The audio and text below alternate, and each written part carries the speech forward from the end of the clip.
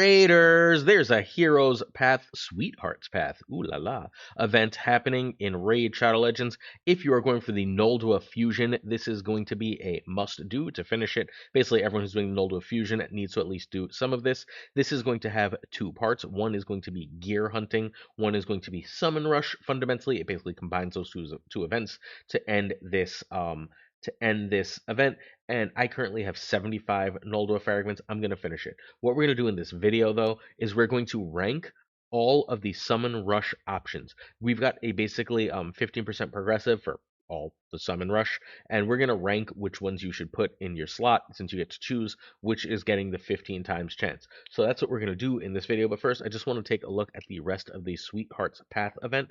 What we're going to do here, we will have a so I finished the champion training, right? High champion training. I considered going for these. I don't think I'm going to.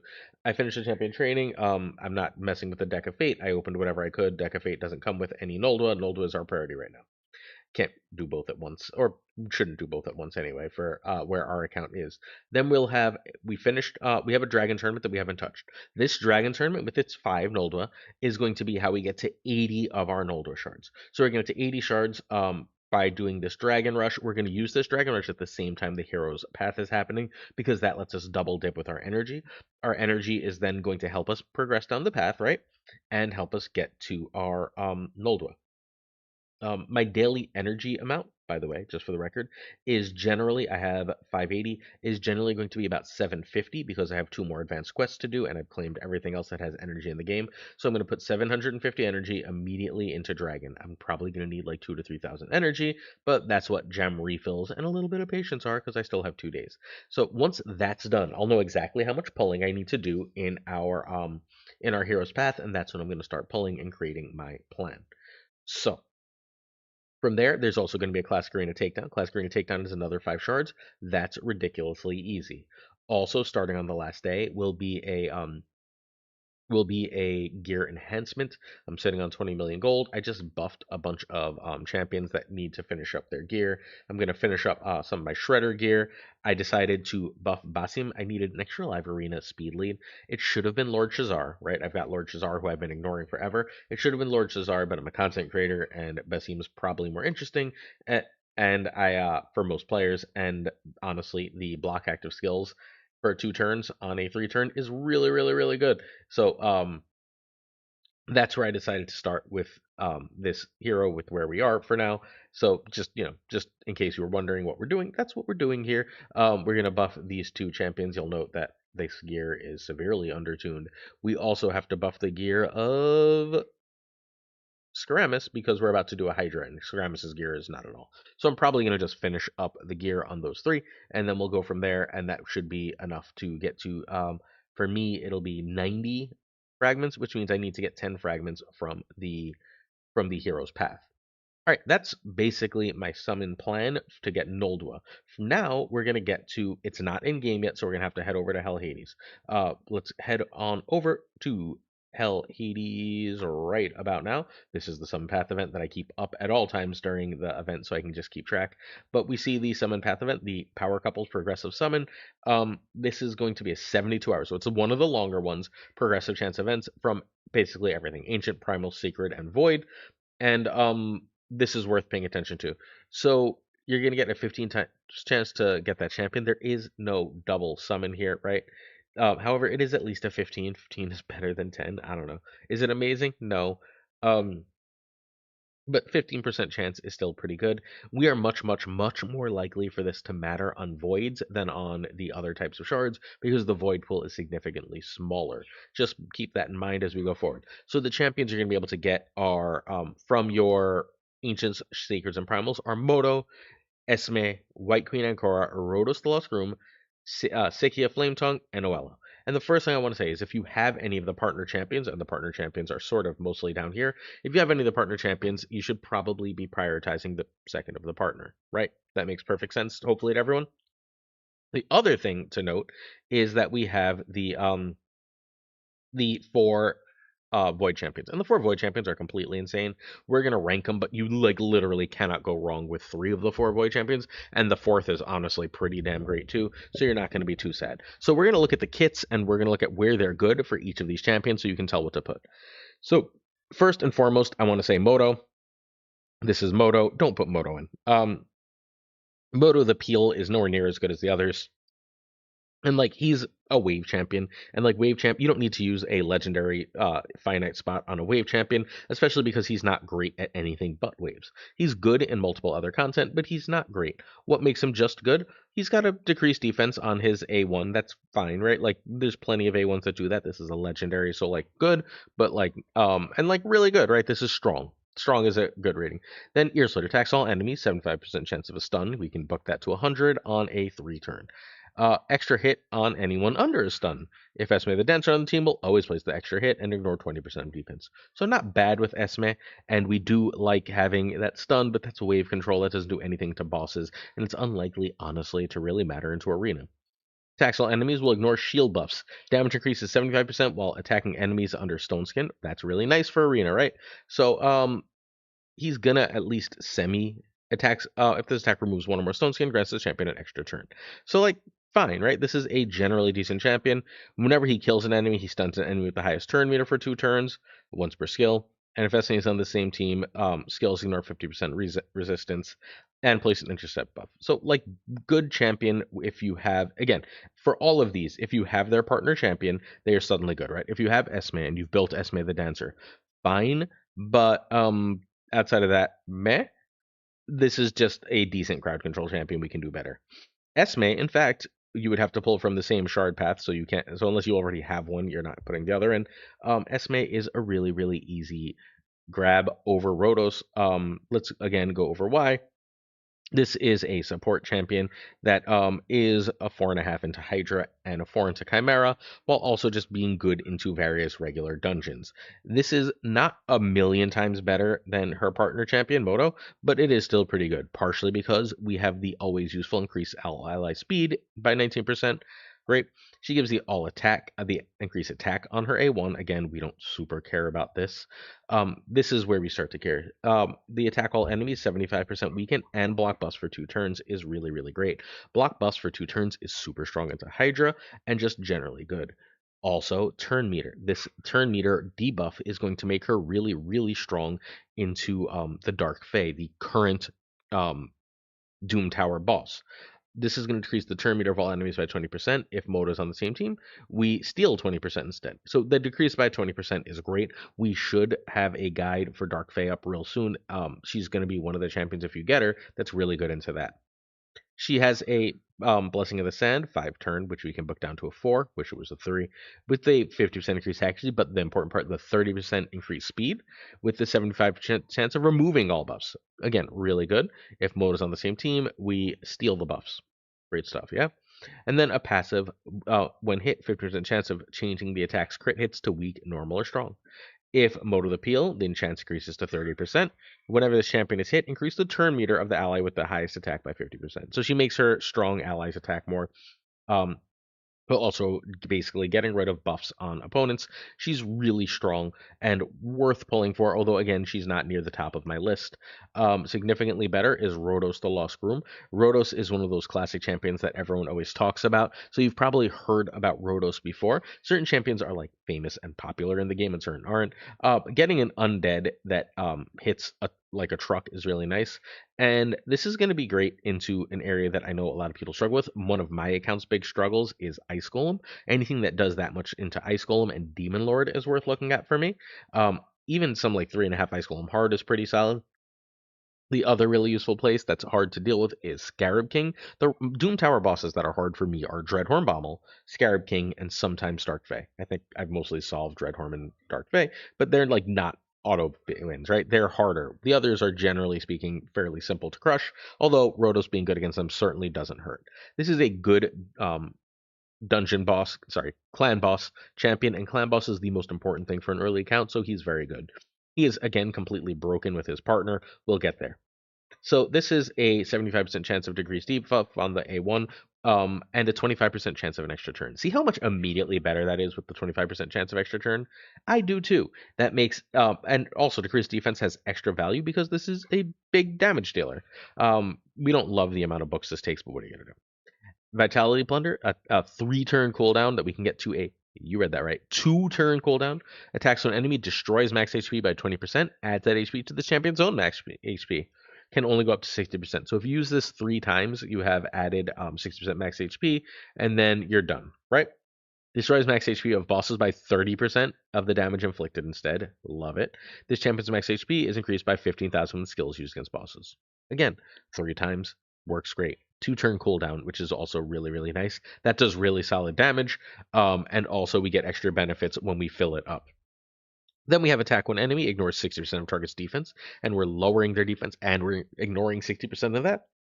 We're ignoring unkillable block damage, which is great for arena. Unkillable block damage are everywhere. Enemies killed by the skill can't be revived if the champions gain maximum damage AP from Vitality Plunder skill. Grants an extra turn if the skill kills an enemy. That's insane, right? This is just a crap ton of damage. Yes, he's single target, but he's one of the better single target damage dealers in the game. He's also going to decrease damage from enemy hits to incoming damage for a single hit will not exceed 50% of max HP. Love it. No single hit can do more, can basically kill him. He's getting an extra turn if he does get that max damage hit against him. Doesn't work against bosses, sad but fine. Decreases the damage taken from bosses by 15%. Decreases the damage taken from bosses if by 30% if Sify is on the same team. Rotos is just a sick damage dealer that comes with a bit of extra survivability and utility.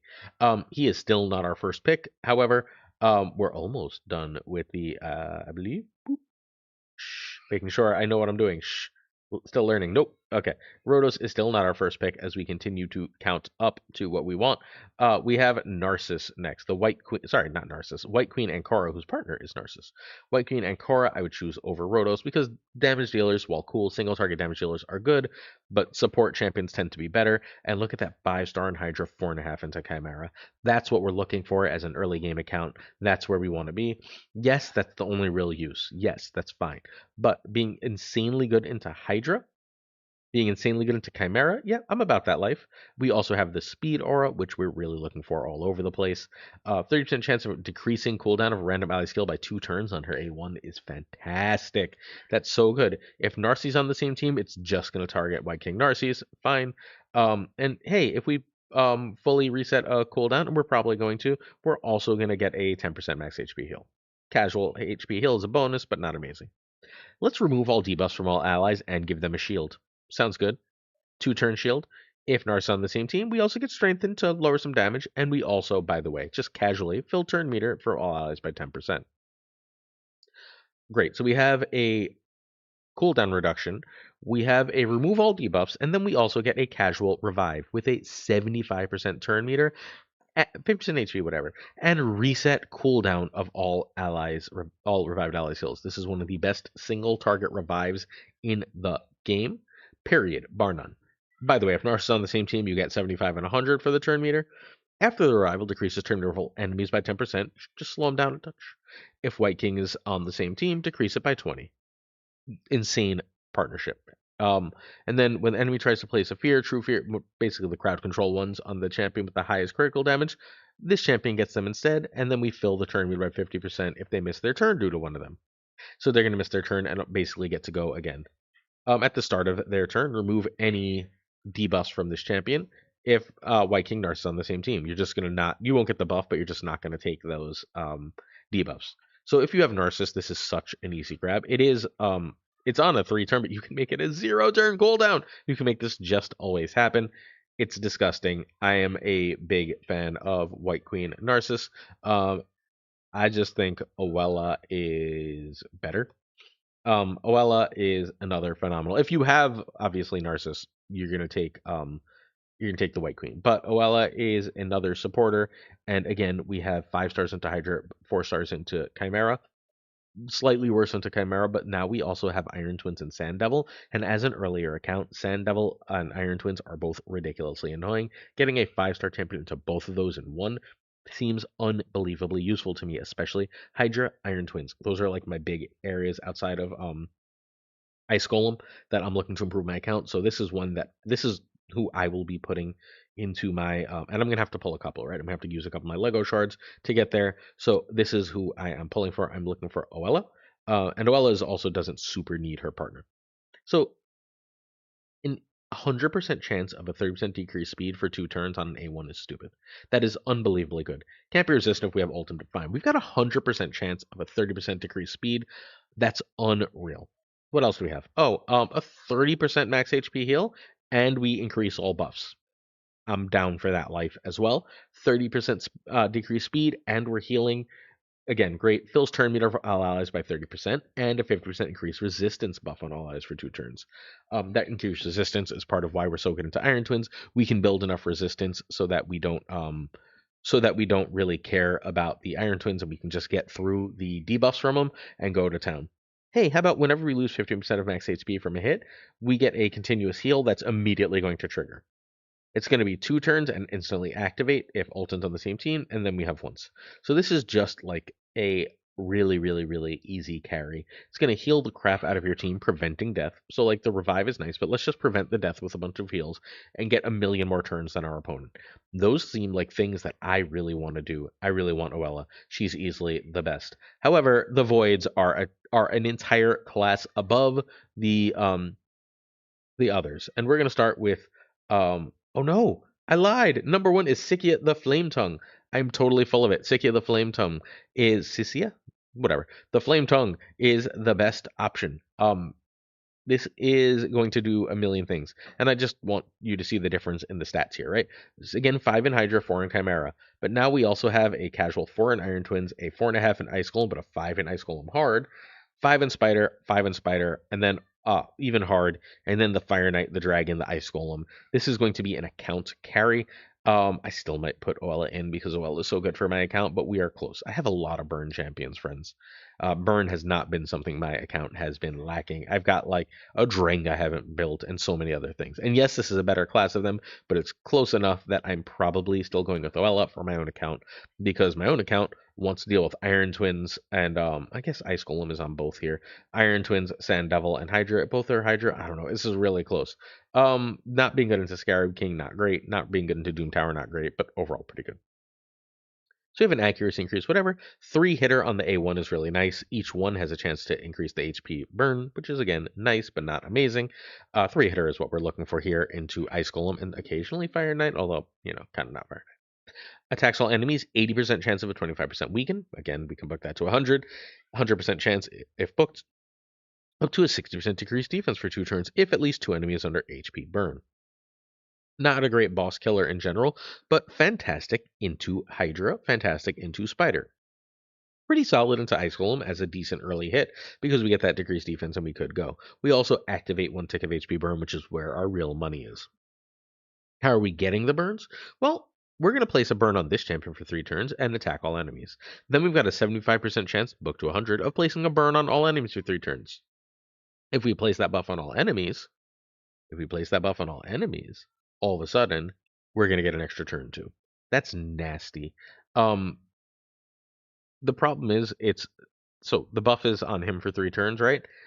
We get the buff on all enemies for 3 turns. One of those ticks is immediately happening, so it's 2 turns, and this is a 4-turn cooldown. So we are going to want other burners on the team. So keep that in mind. However, the real thing is the passive. The reason we care about the champion is the passive. We increase the champion speed by 3 and damage by 3 for each ally and enemy under a burn. And he puts the burn on himself, right? And he's burning everything. So his speed is going to go through the roof against Hydra. It's going to be a 15%, a 15 increased speed. And a 15% extra damage. And then if we have Cardial on the same team, we're also going to heal max H from any burn that we get, which is insanely good. Maybe I pull my voids first, and if I get any of the partners, then I'm good. Because I'm having a really, really, really hard time figuring out which of the partners I want to go for here. Because the first one, the worst one, somehow is White King Narcissus, and White King Narcissus is an unbelievable champion. Void legendaries are like a class unto themselves, friends. But Narcissus is a revenant, and he's a block reviver, which means he's decent. into Ice Golem, and he's decent in a lot of places. Unfortunately, he's largely an arena champion, and arena is the least important thing early game. You have to do it, but you don't have to be great at it, right? You have to be good at picking out weaker teams that you can pick on, and then have enough patience to refresh. That is your early game arena job. So White King Narcissus is fine, but not amazing. Lowering the cooldown, however, remains fantastic, and it can't be. Sorry, this is increasing the cooldown of one enemy's target skills. Not going to happen against bosses, but still phenomenal against opponents and basically all other content. Then we have an attack all enemies. Is this attack all enemies? No, right? Yeah, attack all enemies. Ignores 25% of defense. Nice. Place extra hit on strengthen or shield buffs. Nice. Damage inflicted by the skill can't be decreased by passives or masteries, except by passes of bosses. That's why he's good for arena, not bosses. Damage inflicted by the skill cannot be increased by either champ masteries or ally passive skills, except when attacking bosses. So you can't increase the damage except against bosses. It's fine. It's fine. It's a good damage. It's an all attack. It's fine. Um, Attacks one enemy 2 times, increases the damage inflicted by the skill 10% for each buff on the target, stacks up to 50%. By additional 10% for each buff on this champion, stacks up to 50%. If this attack kills a target with 3 more buffs, it gets a block revive and grants an extra turn if the attack kills an enemy while White Queen Ancora. So this is the champion that's going to most require an Ancora, even if the passive is really good anyway. We've got 50% less damage when attacked by enemies, including bosses and their minions, out of their active turn. So if they get anything extra, any counterattacks, 50% less damage. If Ancora is on the same team, champion receives no damage when attacked by enemies outside of the same turn. Narcissus is good if you have Ancora, and Ancora is good no matter what. But otherwise, eh, eh. I am very likely to be pulling from for Solinar the Gleaming. Solinar the Gleaming, they don't have the picture up yet, but he's the Goku looking dude. You've seen him all over the game. The reason I'm gonna try to do this before I pull any of my path is because if I get him, I have to go get his soul instead of the other soul. So if I get him, I have to get his soul over Noldua's soul, and I want him. Right, he's really, really, really insane. Into the waves that are like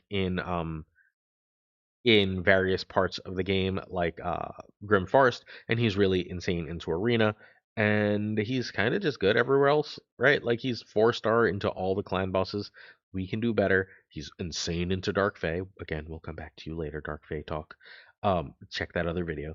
Fire Knight, insane. Like he's gonna clear all your regular dungeons, and then he's gonna be mostly, and he's good into Dragon, and then he's going to be mostly completely insane into Arena. Just one of the best Arena champions of the game. Why? Well, he's going to attack all enemies, and the attack's always critical if we have Noldua, and the only reason we're pulling for this is because we're going to have Noldua. So you're going to always have the critical for him. So he's going to always crit on an all-enemy attack on his A1 with a 60% chance of a fatigue debuff on all enemies for 1 turn, which is going to weaken them. He's also passively got an 80% chance to counterattack with the skill whenever an enemy gets an extra turn or instant turn, which is mythics, by the way. 50% chance to counterattack with a skill whenever an enemy has their turn meter increased. 15% is far more than it seems. He's going to counterattack all enemies a lot. Okay, what else? We're never using Blazing Force again into PvE content, but PvP content, but sometimes in PvE. Attack one enemy, always critical. Same deal. Ignores 10% of target's defense for each buff on the champion. So if we get some buffs on him, easy enough to do. We just ignore 10% defense for each buff, which means we can, if we can get 5 buffs on him, 50% ignore defense. When this skill's not on cooldown, we are immune to all, all debuffs, and we get a random buff for each. Unfortunately, this doesn't work against bosses. So it's great into PvE, but not great into bosses. If this worked on bosses, this would be the best champion in the game. How about attack one enemy before attacking, steal all buffs? Hey, that powers up our Blazing Force, right? And 100% terminative from target if they are not under Stone Skin. This effect can't be resisted, and we don't care about Stone Skin if we have Noldua. We have a 75% chance of less damage on enemy extra turns and instant turns while the skill is not on cooldown. So if the opponent starts going extra, they just don't deal much damage. And reduces cooldown by 1 whenever an enemy receives an extra turn. And this one is only a 4 turn. The other real benefit here is because we're not using Blazing Force much, we don't have to bother with books, like at all. We're perfectly fine not booking this champion. Really, really great for early game. And then finally, whenever an enemy receives healing, no, they don't. This doesn't work against bosses, but whenever an enemy receives healing, no, they don't is insanely good. You're gonna get that healing instead, and then if you have Noldua, they're just gonna receive that much damage. So anyone who's gonna try and heal like half their damage, no, they're just gonna take it. Once per round, if they're dead, revive with 100% HP, 100% turn meter when the last living ally is killed. So last living ally is killed, he's gonna pop back up, full HP and turn meter, and have a magma shield with 300% of his max HP, which is basically a reflect damage. And then this buff is protected if Noel's on the same team. He is unreal, unbelievably fantastic, particularly into arena, but he's not even close to the best because we have Cardio. Cardio's really an old champion, and he's still completely stupid and broken. I don't know what else to say. We're gonna look through this kit. Look at these stats. This is a 5-star champion. Like, it's so hard not to choose Cardial or Siphi. The only reason I'm considering at all pulling Solinar, and I don't know what I'm going to do until I get there. The only reason I'm considering at all pulling Solinar over Cardial and Siphi is and Siphi is number one, fair warning. But like is because I don't know if I'm going to have another chance to get Cardial to get Solinar, and I know I should have another chance to get Cardial and Siphi. But like Cardial and Siphi don't show up all the time. That's 5-star Demon Lord, 5-star Hydra, 4.5 Chimera, 4.5 Waves, 5-star Amius. Also, 4.5 Iron Twins, he should be 5. 4.5 Sand Devil, 5-star Shogun's Grove. Oh, what about Hard? Fire Knight and Dragon, 5. Ice Golem, 4.5. He's unreal. Oh, just casually. Want to kill Dreadhorn Bommel? 4.5. Dark Fae, just 4. Weak, 4. Ally speed in all battles, great lead. Um, Attacks an enemy and heals all allies by 7% of HP. Tosses a True Fear if the champion, if it's Demon Spawn, Undead, or Night Revenant. Fine, whatever. Don't care about the True Fear is great, right? When it happens, but you can't plan on it. It's fine. That's not where his money is made. How about an Angel Song? Remove all debuffs from all allies, then places a block, debuffs, and revive on death on all allies for 2 turns. Buffs can't be removed. So on a 3 turn, you've got to block debuffs for 2 turns. Anything that increases buffs mean that we are untargetable by negative buffs. I'm going to tell you this. I may plan to use him with Mad Hatter and just make Iron Twins a joke if I ever get him. There's plenty of other buff, max debuff champions, but Iron Twins is where I want to go. This is unreal, right? And then if if you die, you just suddenly come back. Okay, how about a 30% increased crit rate? You'll build him with a 100 crit rate, but whatever. How about a 30% crit damage increase? Oh. So on all allies? Oh. Then team up with all allies to attack a target enemy? Oh. Decrease the cooldown of the skill by 1 turn if an enemy is killed by this attack. I don't know what to say about that, except that's one of the most damaging skills in the game, right? We've got a 30% increased crit damage on everyone. Everyone's got 100% crit rate, and everyone just attacks. You want to run just going to casually say, a Phenax here and say, let's go. Like, everything is insane. This is completely 4-turn cooldown that we can make a 3-turn. Wild. And then just a casual passive. Casual passive. Allies receive 20% less damage from champions of those same factions. However, whenever an ally attacks, we just get a 50% chance to join their attack. We can make that a 25% chance. Nope, a 30% chance with some books. And we attack with the default skill, which isn't the best. And we'll always join 60 of Flame Tomes attacks if they are on the same team. Can only join an ally attacks once per turn. Cardio will not team up on ally attacks when counterattacking or when teaming up to attack another champion. With another. When teaming up to attack with another champion. Fine.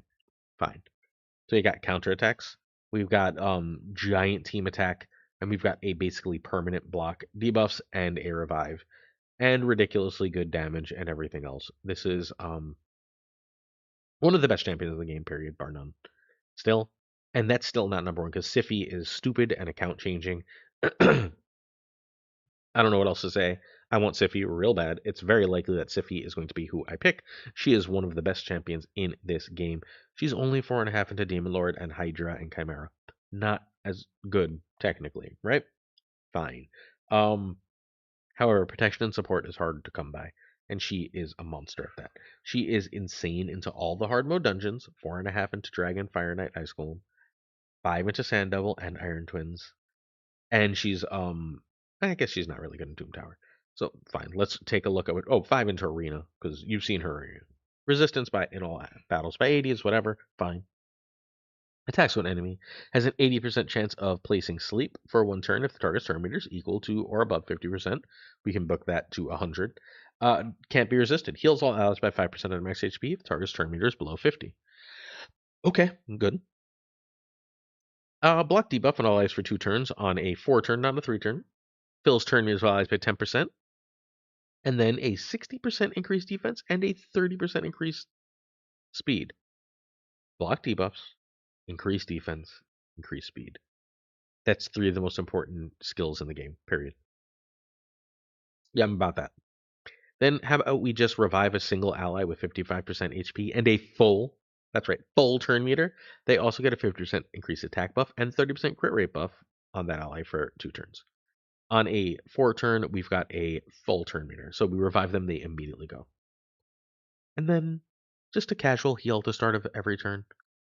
That's the passive that Seal of the Drakes has. 40% chance of removing any freeze, fear, or true fear debuffs from each ally at the start of the turn. Okay. Removes all debuffs from Rhodos. We don't care about Rhodos. I'm at a complete toss-up between Siphi, the Lost Bride, and Cardiel. I think that Cardiel is a little more unique. Siphi is a little more overall useful because, Jesus, that increased speed and block debuffs is wild.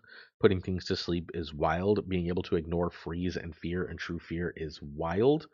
Um, I don't know what the right answer is between those two. But those are 2 of the best champions in the game, and I still somehow might end up going Solinar in order to get the pair with Noldua. I'm excited. This is an exciting path for the game. If you are remotely considering going for the Noldua Fusion, and like you have to again, unless you've won a bunch of events, if you are going for that Noldua Fusion, then you are doing this event. And I hope you take my rankings into account, and I hope you get the champion of your dreams. That's going to be it for us today. Thank you so much for watching. We'll be back with another video real soon. Peace.